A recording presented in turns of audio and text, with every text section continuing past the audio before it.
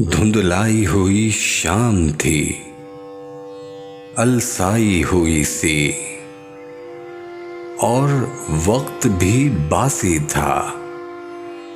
मैं जब शहर में आया, हर शख्स से लिपटे हुए सन्नाटे खड़े थे।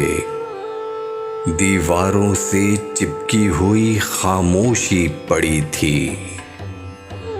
राहों में नफस कोई, ना परछाई ना साया।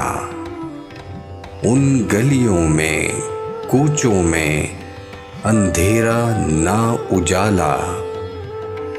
दरवाज़ों के पट बंद थे, खाली थे दरीचे।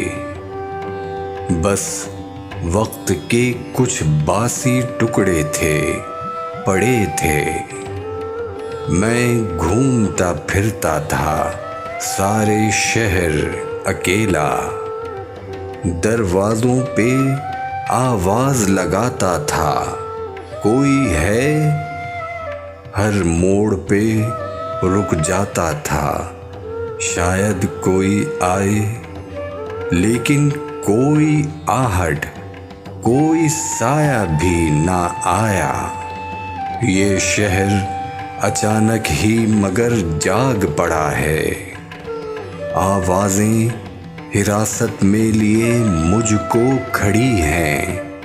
आवाज़ों के इस शहर में मैं कैद पड़ा हूँ, मैं कैद पड़ा हूँ।